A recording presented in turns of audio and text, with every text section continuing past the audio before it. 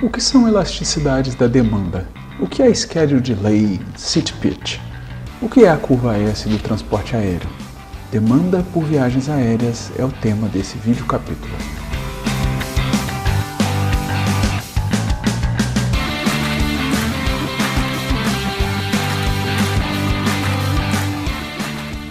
Vamos começar discutindo conceitos. Demanda, tráfego e spill. Uma discussão mais abstrata vai motivar as nossas próximas discussões referentes à demanda. Vamos começar com uma curva de demanda típica.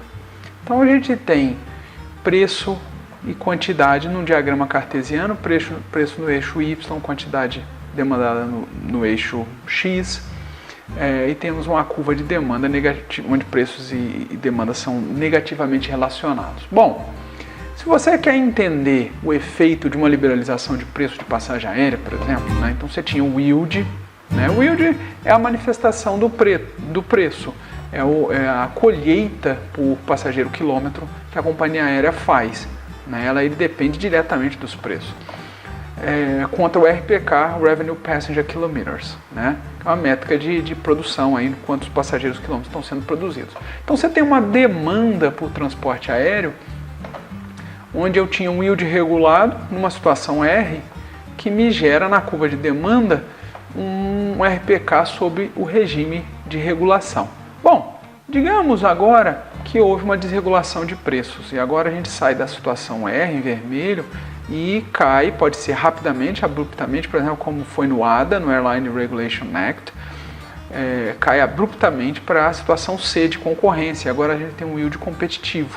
Ou pode ser também uma desregulação lenta e gradual, como foi nos pacotes de liberalização na União Europeia.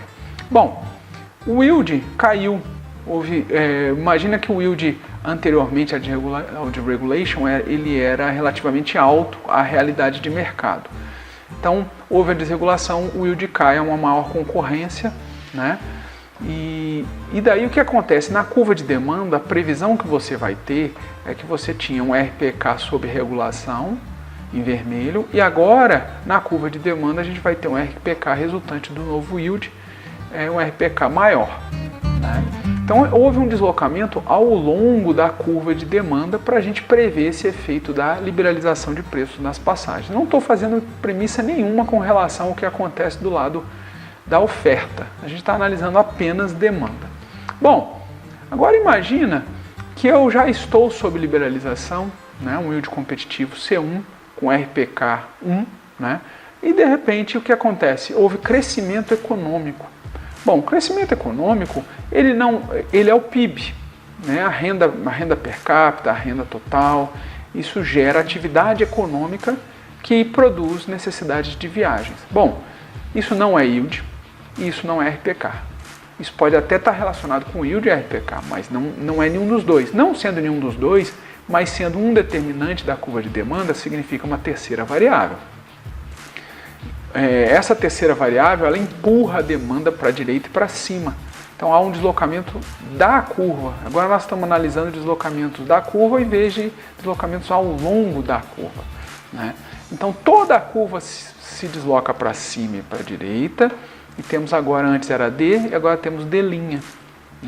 Então, ao yield competitivo, o que acontece? Ao yield competitivo, que a gente estava em C1, agora é possível que os passageiros demandem mais transporte aéreo, mais viagens, porque o crescimento econômico viabiliza mais viagens, independente do yield. O yield pode estar naquele valor e você vai observar mais passageiros voando. Então, o que acontece? Agora o RPK é RPK2. O crescimento econômico viabiliza essa situação. O que acontece? Você tem a demanda é um mapa, tá bom? Então a relação D representa a demanda pelo bem. Está mapeando essa linha que pode ser uma curva, que pode ser um hiperplano. Ela está mapeando a relação entre quantidade, e nesse caso, e preço. É o locus dos pontos preço, quantidade demandada. Um ponto na curva representa uma materialização preço, quantidade. Então, nesse caso, P estrela, Q estrela, aconteceu. Não quer dizer que todos os pontos na curva de demanda vão se materializar. Eles são possíveis materializações, mas a história, as situações sociais, as situações econômicas se manifestam produzindo Q estrela, P estrela.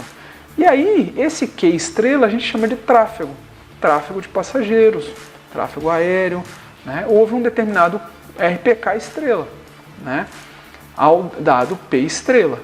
Então, a demanda é todo o mapa, o tráfego observado é o Q estrela, né? A curva D de demanda é uma função, né? Você tem uma quantidade demandada D, vai ser uma função de P, e o Y, que seria a renda, né? A gente viu que o PIB pode gerar renda deslocando a curva inteira, né?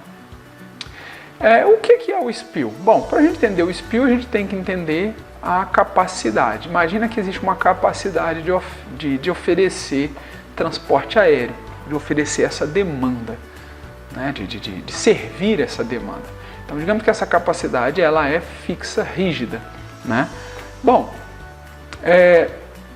agora a gente tem um mapa com a curva de demanda com dois pontos, o G e o H. No ponto G, ao preço 1000, preço caro, apenas 100 passageiros, ou pode ser 100 mil, ou o que quer que seja, 100 passageiros estão demandando, né? Agora, ou 100 milhões de RPKs, ou o que quer que seja, né? A métrica de tráfego. O que acontece? O preço baixou a 500, a 500 eu vou, em princípio, gerar 200 de quantidade demandada, né? Entretanto, por conta da capacidade fixa em 160, eu não consigo atender os 40. Tá? Esse 40 é chamado de SPIL de tráfego. Tá? De alguma forma, eu vou ter que racionar essa demanda latente, essa demanda potencial que não está se materializando, ou seja, eu vou ter que evitar que essa demanda se consuma, porque ela não pode ser atendida, né? Você pode colocar na fila, atender os caras em outro período, né? Não atender significa que as pessoas pesquisam os preços e não encontram, né?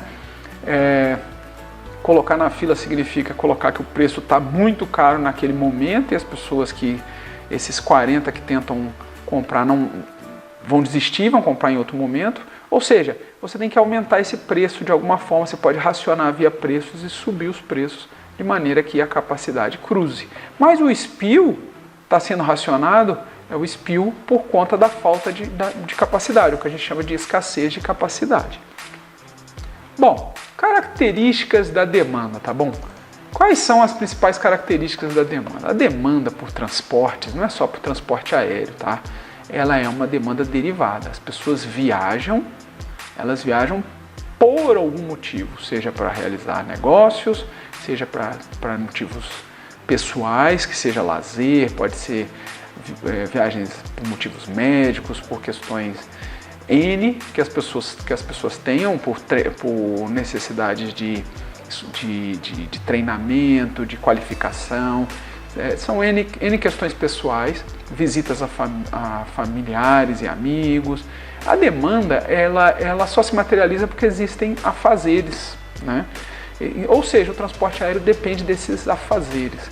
Se a economia vai mal, os empresários têm menos afazeres, porque eles não vão fechar tantos negócios nos destinos.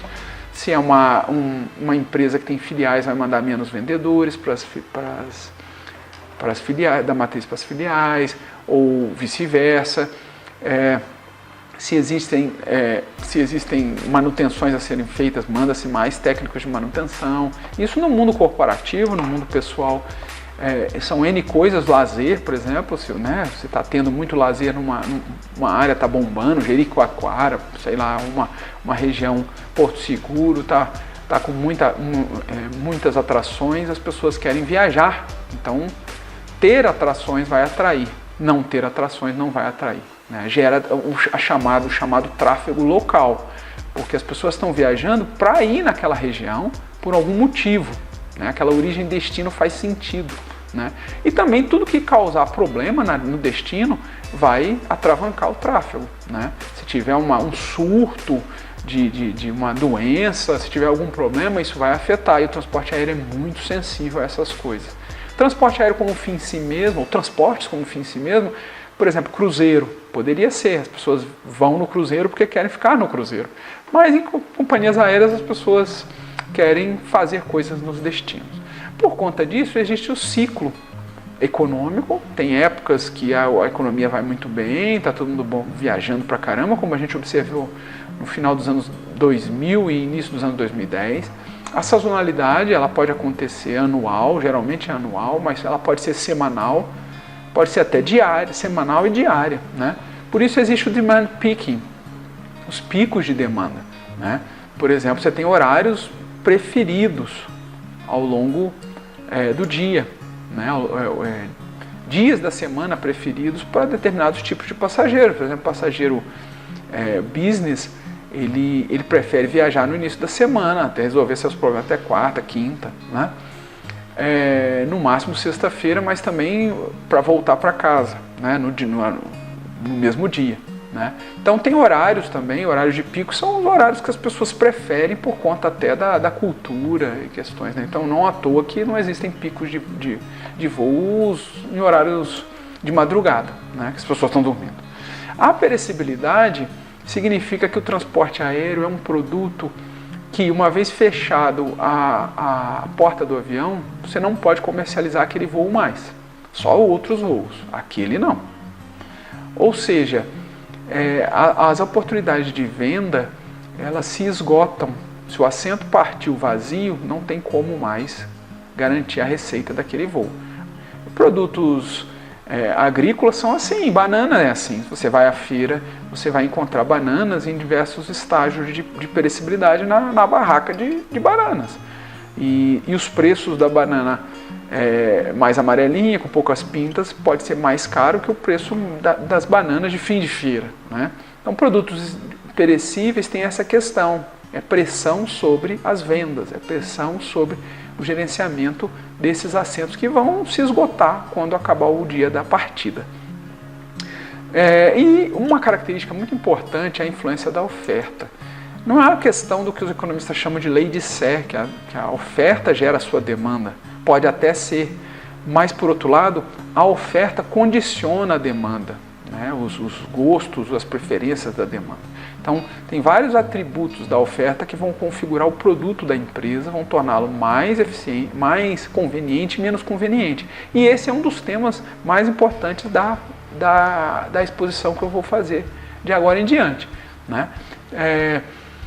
A gente tem a qualidade dos serviços aéreos que são ditados basicamente por questões, né, de flight operations ou flight scheduling. Tá? Então, geralmente, quando a gente pensa em qualidade dos serviços aéreos, a gente está pensando na empresa aérea, se ela atrasa, se ela é pontual, como é que é a operação dela. Tem outras dimensões também, mas vamos pensar na dimensão flight operations.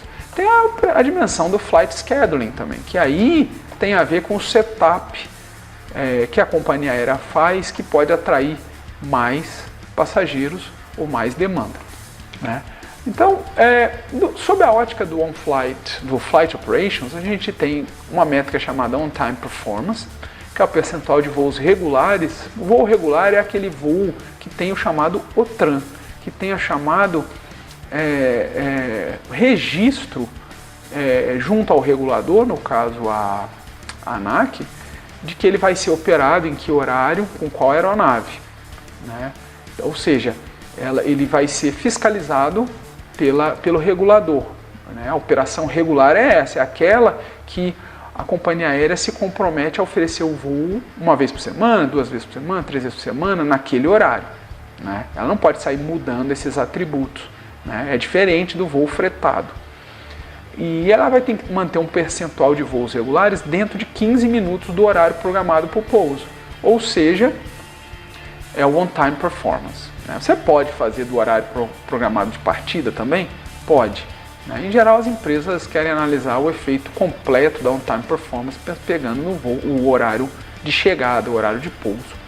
A completion rate é o percentual de voos regulares não cancelados, porque alguns voos podem ser cancelados por motivos climáticos, fatores extras de manutenção de aeronaves, questões de operações, né? Então o completion rate é o percentual de voos não cancelados, independente de atraso. Pode ter sido atrasado, mas não foi cancelado. Ou seja, os dois indicadores são indicadores de qualidade sob a ótica de Flight Operations da companhia aérea, né? Na ótica de Flight Scheduling, um arcabouço interessante de análise foi criado pelo CAB em 1975 e depois melhor também analisado pelo Nawal Taneja, o professor Taneja da Ohio State, que é a curva S do transporte aéreo. Tá? Curva S significa que companhias aéreas que têm um Flight Frequency Share, quer dizer, um percentual de voos numa rota, né? Na medida que esse percentual de voos, o número de voos em relação à concorrência vai aumentando, ele vai ganhando um passenger market share. Os passageiros vão preferindo as empresas que têm um maior percentual de voos, maior quantidade de voos. Veja como é que é a curva S. Com frequency share baixo, a curva ela vai crescendo, claro, na medida que se aumenta o frequency share, se aumenta o market share, mas se aumenta menos que proporcionalmente, menos que linearmente, né? Ou seja, você vai aumentando o seu market share, mas bem pouco, os passageiros não notam tanto, até que chega um momento que você começa a crescer muito, o frequency share cresce pouquinho e o market share cresce bastante e começa a crescer acima, né? Claro, a inclinação vai sendo acima da linear, né? Da linear que passa na origem aos 45 graus, o que você vai fazer? Você está começando a crescer acima, ganhar market share com retornos crescentes, né? O passageiro começa a perceber a empresa, começa a preferir essas empresas. Ou seja, empresas com market share grande, com frequency share grande, são preferidas pelo passageiro e acabam tendo mais que proporcionalmente o market share, né? O market share mais que proporcional. Essa é a curva S, né? Se for um duopólio, o frequency share vai gerar mais market share, né? Se for um triopólio, você vai ter um deslocamento para a esquerda. O que acontece? Na medida que você tem essa relação, significa que os passageiros preferem empresas que tenham mais voos regulares, voos agendados, voos scheduled, né? Tem mais voos, frequência de voo maior. Por que voo seria um fator de ganho de market share? Uma das coisas seria a razão de custos mesmo. Mais frequency share, mais densidade de tráfego, mais diluição de custos fixos e custos, né? Mais eficiência, as empresas têm economia de densidade, oferecem preços menores e ganham mais market share. Bom, mas tem a questão da demanda. Passageiros preferem empresas que têm mais voos. Por que será? Tá? E aí vem a ótica do Flight Scheduling, a conveniência, tá bom? Você pode ter a conveniência dos voos porque você tem mais voos na sua cidade ou no aeroporto mais próximo, conveniência. Pessoas querem voos que sejam no aeroporto mais próximo, é uma conveniência. Em datas que elas prefiram, né? No dia e na hora que elas querem voar, né? Então foi-se concebido, o Douglas e Miller em 1974, eles pensaram numa métrica chamada Most Preferred Departure Time. Considerando todos esses itens, cidade, aeroporto, data, dia e hora, existe uma formação de preferências do consumidor, está na cabeça dele, né? Está na cabeça dele. Ele tem um horário barra dia, barra data, barra aeroporto, barra cidade preferido. Então, tudo que a companhia aérea pode oferecer para ele vai ser comparado com esse MPDT. Tá? Então, se eu quero viajar em tal dia, em tal aeroporto, na hora às 8 da manhã, você pode me oferecer um às 9, você pode me oferecer um às 8 em outro aeroporto, você pode me oferecer um às 8 em outro dia, ou no mesmo horário, ou em horários diferentes no mesmo dia, mas eu vou comparar, entendeu? eu vou fazer uma comparação dos tempos, claro, os tempos para chegar nesse, porque eu vou ficar esperando, eu vou ter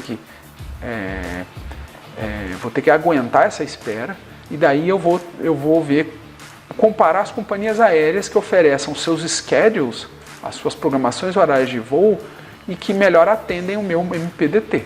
E daí as empresas se diferenciam, né? É uma diferenciação baseada no flight scheduling, a conveniência dos voos oferecidos, tá bom? Bom, e daí esses autores, Douglas e Miller III, criaram o Schedule Delay. Tá? Existe o Frequency Delay, o Stochastic Delay, e o Schedule Delay é a soma dos dois. Cada voo de uma companhia aérea está associado a um Frequency Delay e a um Stochastic Delay, e vai gerar o Schedule Delay para o passageiro. Tá? O Schedule Delay é a combinação do MPDT, quer dizer, varia passageiro a passageiro, voo a voo. Pode ser calculado passageiro a passageiro, voo a voo. O Frequency Delay é basicamente a diferença absoluta entre o horário de partida do voo, o horário do voo, né, e o horário do MPDT. Né? Então, quanto mais distante, pior na cabeça do consumidor. Né? Então, se eu demoro mais tempo para chegar, né, é pior. Né, para eu chegar ao ponto de embarcar naquele voo. Né? Então, obviamente que eu vou comparar todos os voos de todas as companhias aéreas e vou ver qual que tem menos frequency delay. Obviamente que quando eu procurar aquele voo, pode ser que eu não encontre, seja porque ele vendeu, ele está lotado, né? Ou seja, porque eu comprei, mas ele atrasou. Então, tanto a questão das vendas, ou eu cheguei e ele estava eu tive um embarque preterido, teve um oversale ali, né? Aí daí, por algum problema, eu não pude embarcar. Então são todos fatores estocásticos, aí é o Stochastic Delay. Tá? O passageiro também vai contabilizar isso. Obviamente que esse Stochastic Delay não é antecipável, né? Ele pode fazer uma expectativa de Stochastic Delay, né? Mas ele não sabe exatamente como é que o Stochastic Delay se materializa. Né? O Frequency Delay ele tem características de pesquisa, o economista vai chamar assim. Né? Eu vou pesquisar os voos que têm o menor Frequency Delay, eu já sei qual é o Frequency Delay. Agora, o Stochastic Delay é um bem de experiência, eu tenho que experimentar, né? É um atributo de experiência, eu tenho um atributo, esse é um atributo de pesquisa simplesmente, esse é um atributo de experiência, eu vou ter que experimentar isso aí. O máximo que eu posso fazer é me informar sobre a companhia aérea, se ela está atrasando, se ela tem uma taxa de bumped passenger rate alto ou não. Né? E daí a soma dos dois vai me dar o Schedule Delay. O Schedule Delay é uma métrica que é comparável passageiro a passageiro, companhia aérea a companhia aérea. E daí eu vou saber que companhias aéreas têm mais vantagem em relação ao passageiro. Note que o Frequency Delay é um dos maiores fatores de Schedule Delay, porque empresas que têm um portfólio de voos muito grande numa rota, os schedules mais completos, eles servem melhor o passageiro porque tem voos mais próximos, a chance de ter um voo próximo ao seu MPDT é muito grande. Né? Então, mas também são empresas que costumam ter maiores atrasos. Né? Empresas grandes podem ter mais atraso por questões de atrasos em propagação de atraso. Bom, é claro que existem outras óticas, por exemplo, a ótica da qualidade a bordo. Né? Uma das óticas óbvias é o seat pitch. Né? É o pitch do assento, é a distância entre um ponto de um assento e o mesmo ponto de um assento na frente. Né? O seat pitch ele também é uma questão de experiência. Você vai chegar e vai falar, esse assento é tão apertado. Obviamente, a próxima vez que você for voar, talvez você queira comprar um assento maior, vai ter que pagar por isso. Mas você pode conferir na sua ótica de qualidade mais pontos para aquela empresa. Né? Olha uns exemplos de seat pitch aí, só para você ter uma ideia. Tá?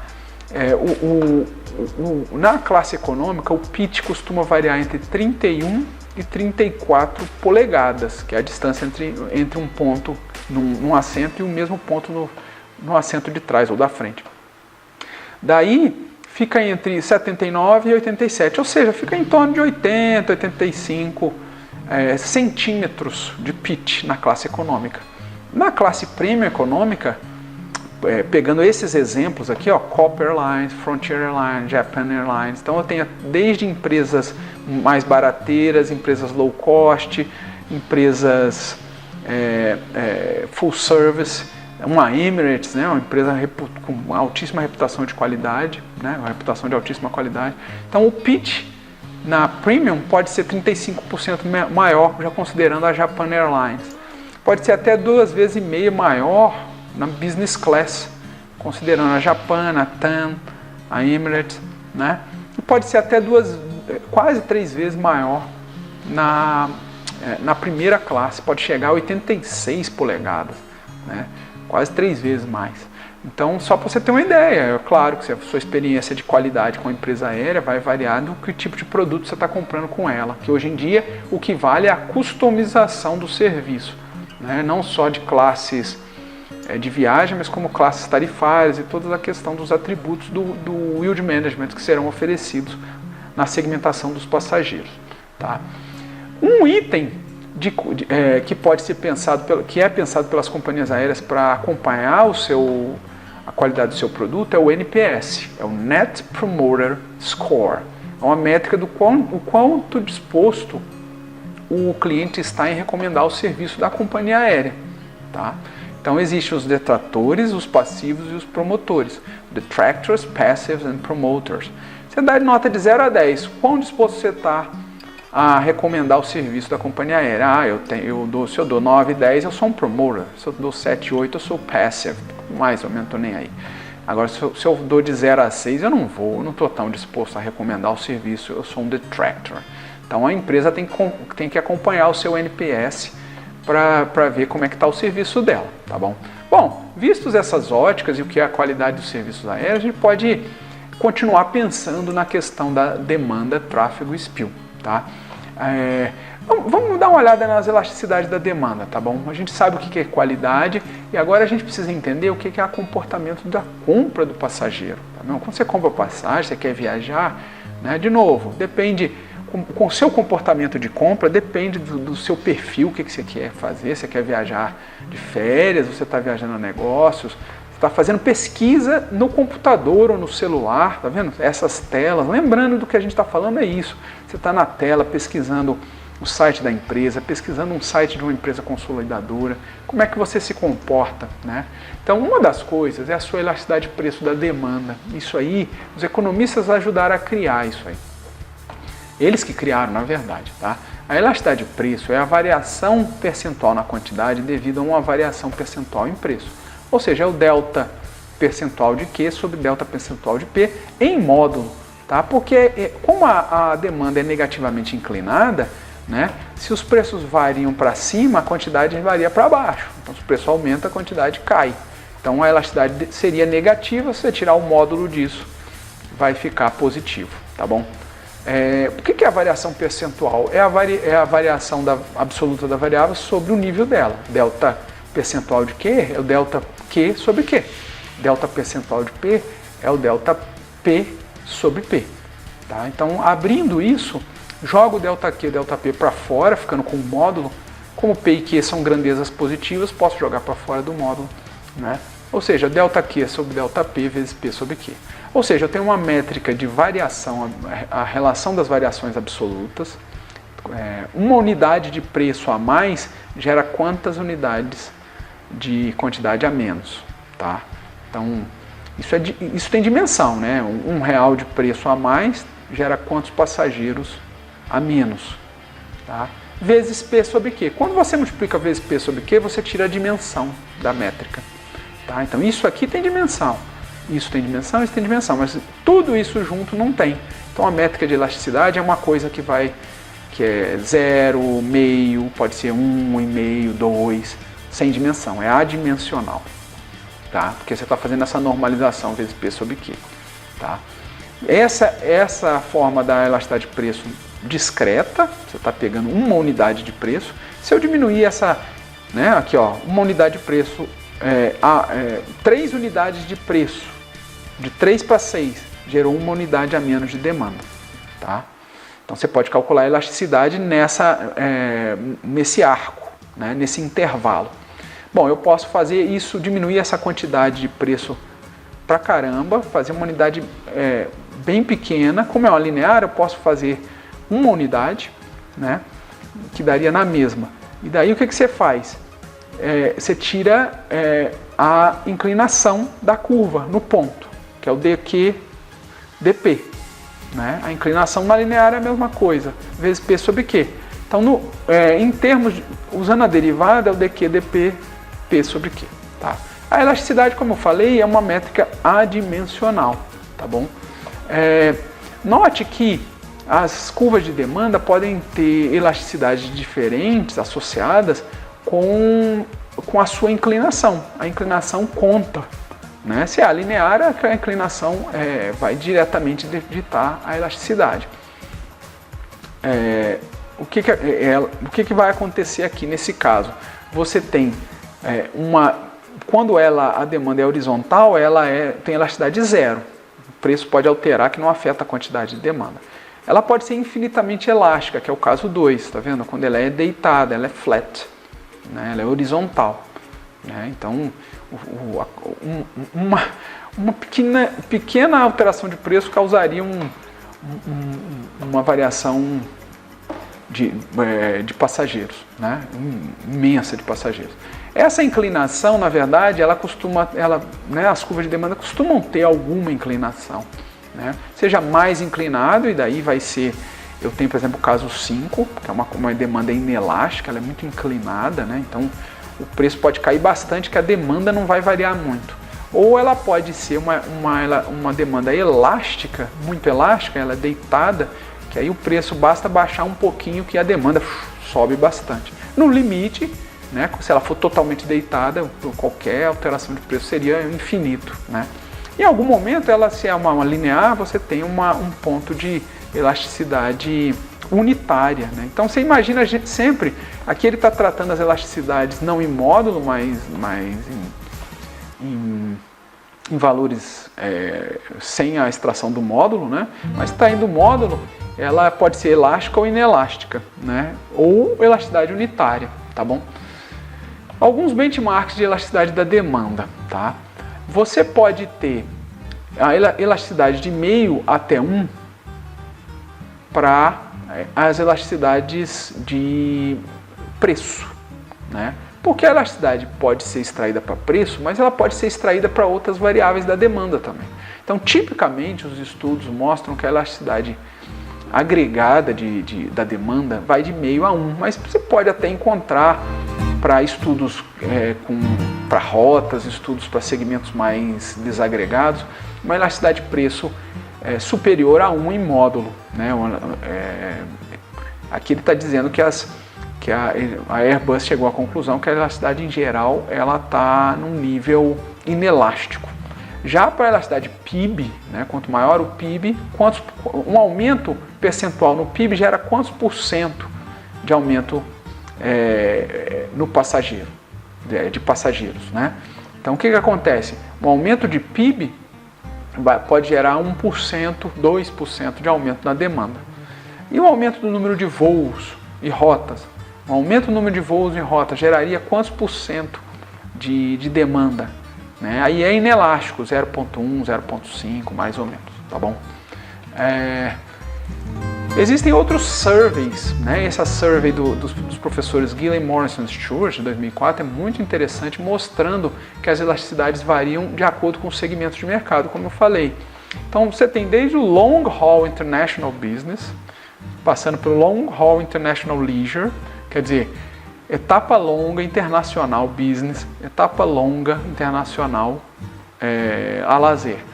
Etapa longa doméstica business, etapa longa doméstica lazer, short haul business, short haul leisure, quer dizer, etapa curta business leisure. Tá vendo? O que acontece?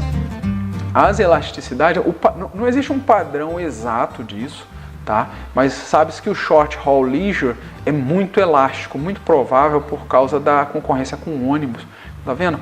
Vai de 1.2 a 1.7, na mediana, em 1.5 de elasticidade preço da demanda, tá bom? Já o short haul business pode ser bem inelástico, 0.5 a 0.7, alguma coisa assim, tá? Isso vai crescendo na medida que o haul, né, a etapa vai aumentando, seja business ou a lazer, tá? O long haul international business volta a ser muito baixo, menos elástico, tá? Então, assim, é muito provável que as demandas mais elásticas sejam aquelas short haul leisure, né?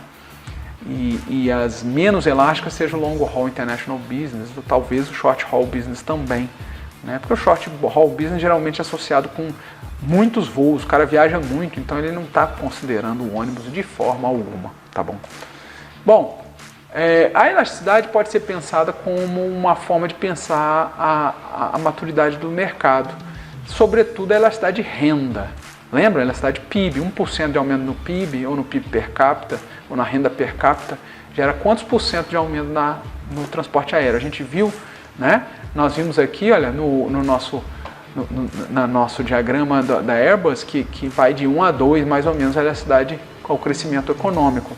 Bom, os mercados podem ser mais maduros ou menos maduros, né?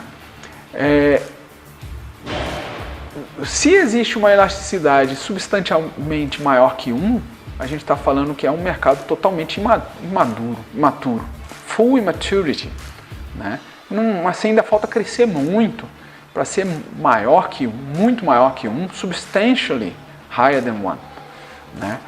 Agora, se ela está caindo, mas ainda é maior que 1, é um estágio 2 e 3 de maturidade, você vai aumentando a maturidade, né? Se vai chegando no 1, você já está beirando a maturidade. Menos que 1, ele é maduro, totalmente maduro. E se aproxima no 0, já está próximo a full saturation, ou seja, o mercado pode crescer, a economia pode crescer, que o transporte aéreo não cresce mais. Então, o número 1 é o que beira, a elasticidade 1 é o que faz beirar a maturidade ou a imaturidade dos mercados, tá bom? Um último ponto que eu gostaria de discutir tem a ver com as expansões aeroportuárias, né? A gente viu que demanda, tráfego e spill, então são conceitos relacionados, e a questão da capacidade. A capacidade geralmente é a capacidade aeroportuária. Qual é o efeito de expansões aeroportuárias?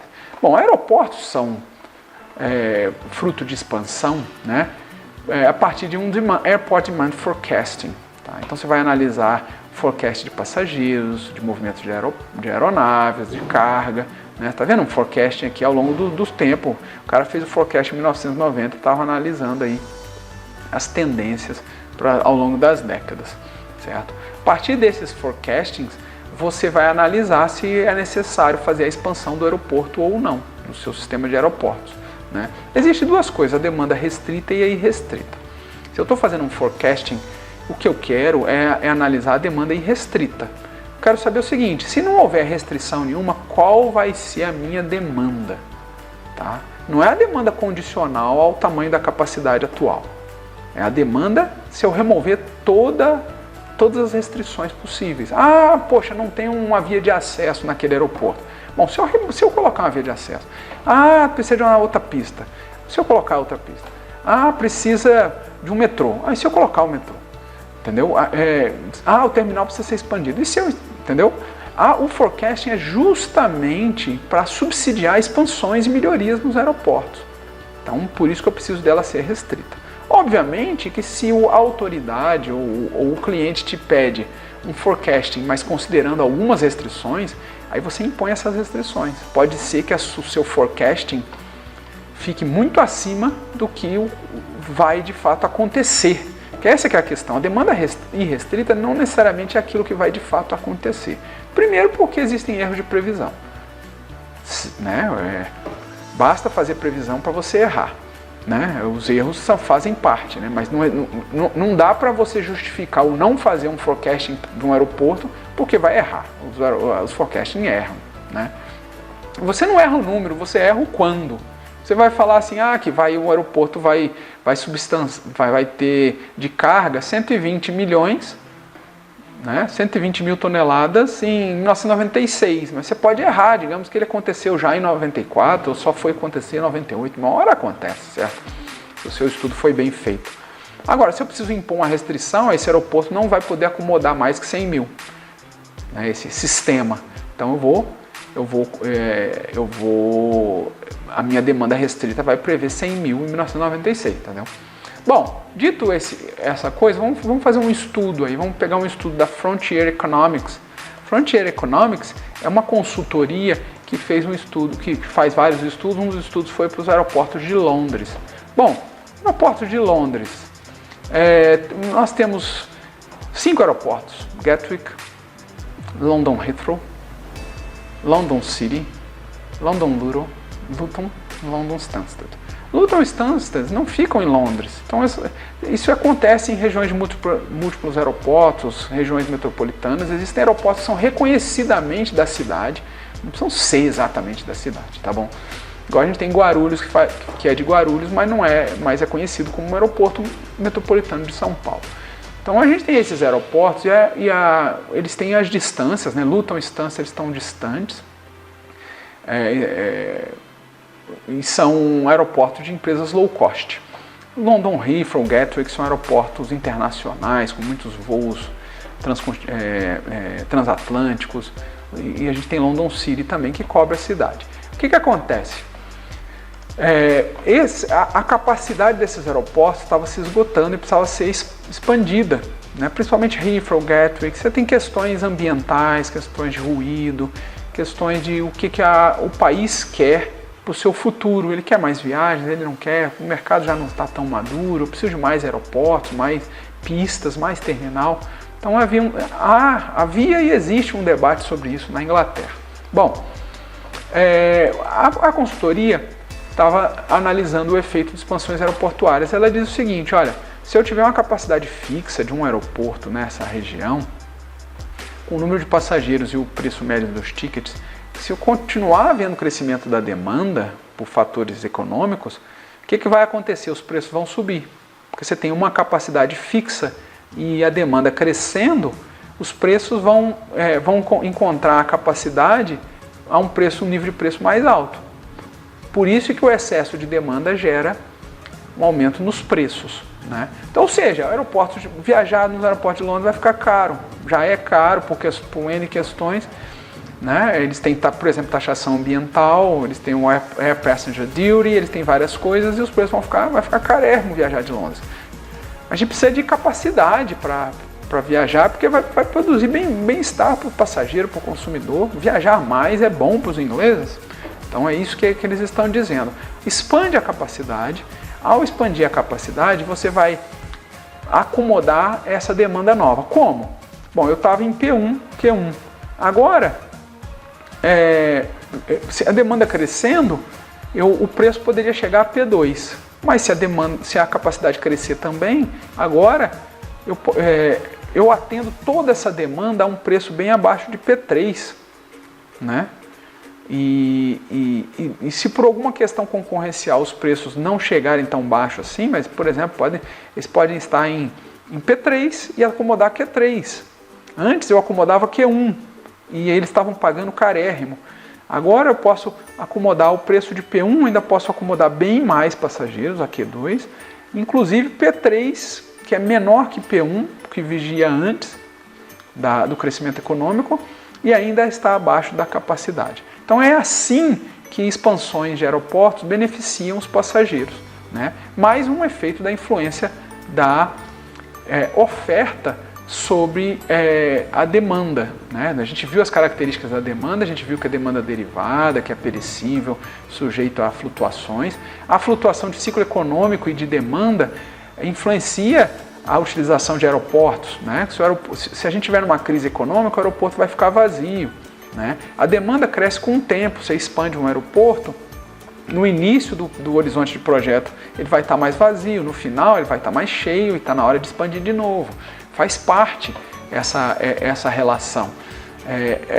A influência da oferta é muito importante, tanto na qualidade dos serviços aéreos, como a gente viu, as óticas, a ótica do Flight Scheduling, né, as duas óticas do Flight Operations e a ótica do flight scheduling, a gente viu como o scheduling mais voos pode proporcionar mais qualidade para as companhias aéreas pelo MPDT, pelo schedule delay, né? E como tudo isso gera preferências e disposição a pagar dos passageiros, que geram o quê? Elasticidade, preço da demanda, né? Quanto menor a elasticidade de preço da demanda, mais preferência o consumidor tem, mais disposição a pagar. As companhias aéreas investem fortemente nisso, nos seus sistemas de reserva, na sua segmentação de produtos tarifários, de maneira que ela consiga cobrar mais caro dos passageiros, né? E ao mesmo tempo possa gerar tarifas baixas que promovam a ocupação dos seus voos.